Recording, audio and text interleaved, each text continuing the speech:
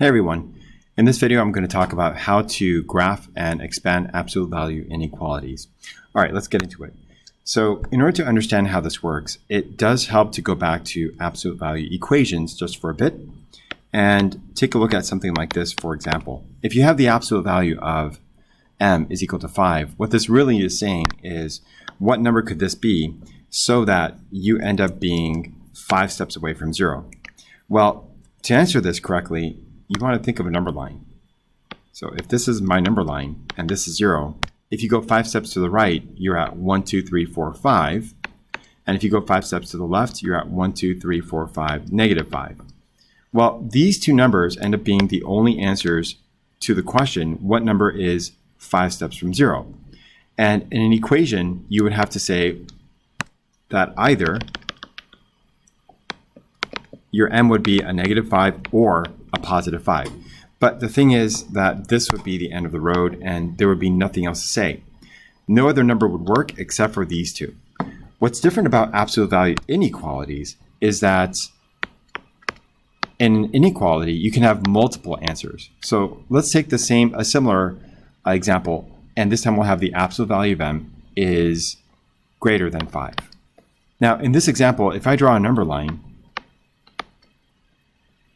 and here's 0, I'm looking for numbers that would be more than 5 steps away. More than 5 steps away is greater than 5.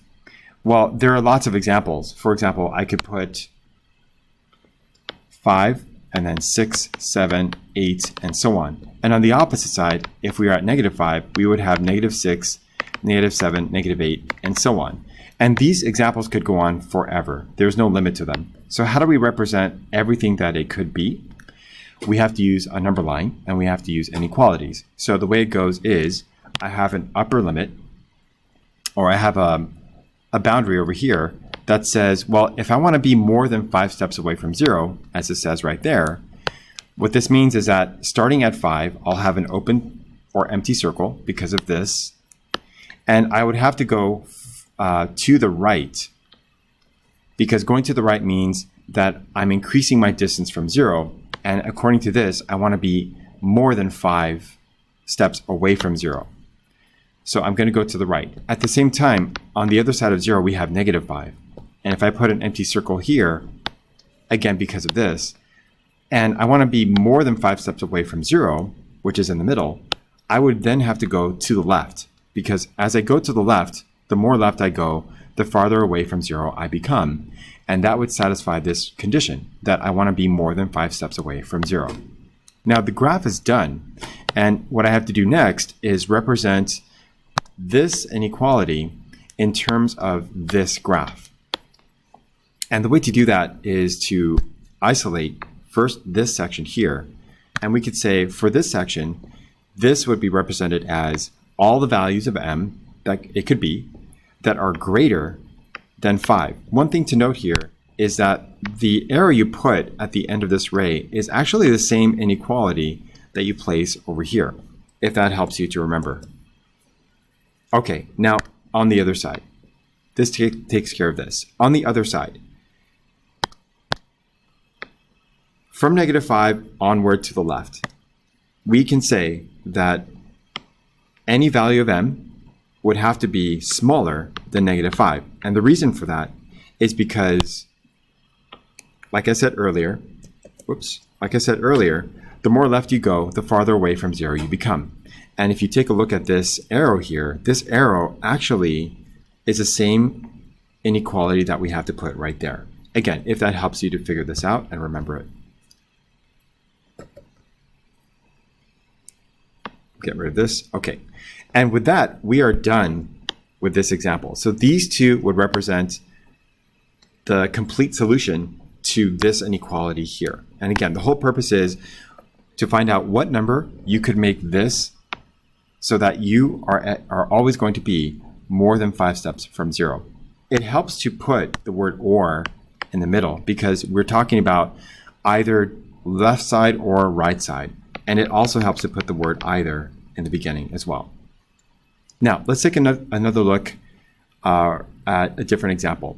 In this second example, we have a condition where we have the absolute value of m but this time, let's say we have less or equal to 5. Well, this changes things just a little bit, but not too much. You see, over here, we still have a number line, and we still have our upper and lower bounds. So we have a 5, and we have a -5. And of course, we still have 0 in the middle.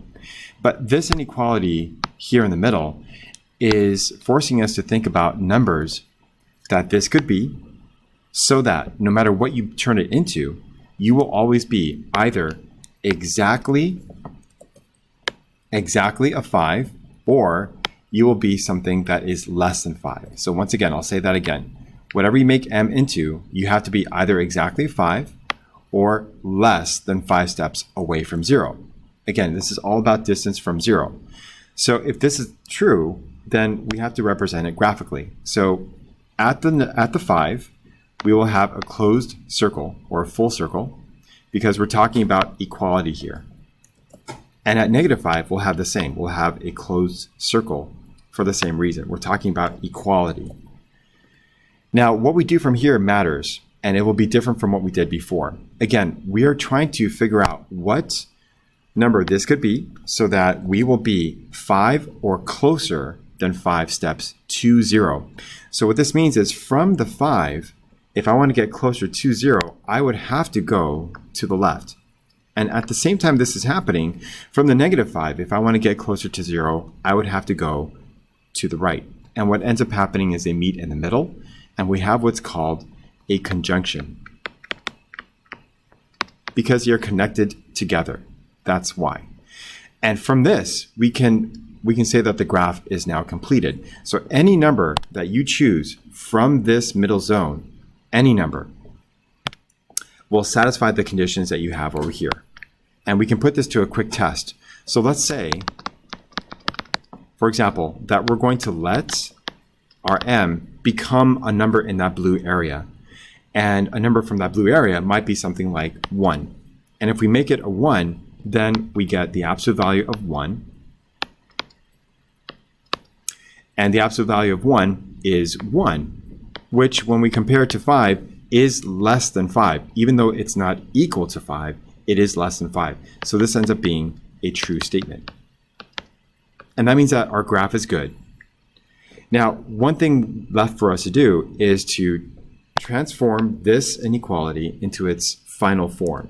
And the final form will not have an absolute value on it anymore. The nice thing about this graph is that you could simply mimic the look of the graph when you write the final inequality, and it would look something like this. We have -5, and we have +5. That blue area in the middle represents all the m's, or all the numbers that your variable, which in this case is an m, could possibly be. So we're going to put the m in the middle because that's how it's shown on the graph. Then, because this is a conjunction, we will simply grab this inequality and place one right here, and place one right here. And with this, we are saying that any value you want m to be must come from between -5 and +5, and it could also include these two numbers at the ends, because as you can see from the graph, those two circles are full, which means that you are able to use them if you choose to when you plug it into the m. Okay, and with that, this inequality and this graph are finished, and we have not only the graph but also how to expand an absolute value inequality. I hope this video helped you to better understand how this process works, and please stop by, leave a comment, keep it positive, and thanks for taking time to watch. See you next time. Bye-bye.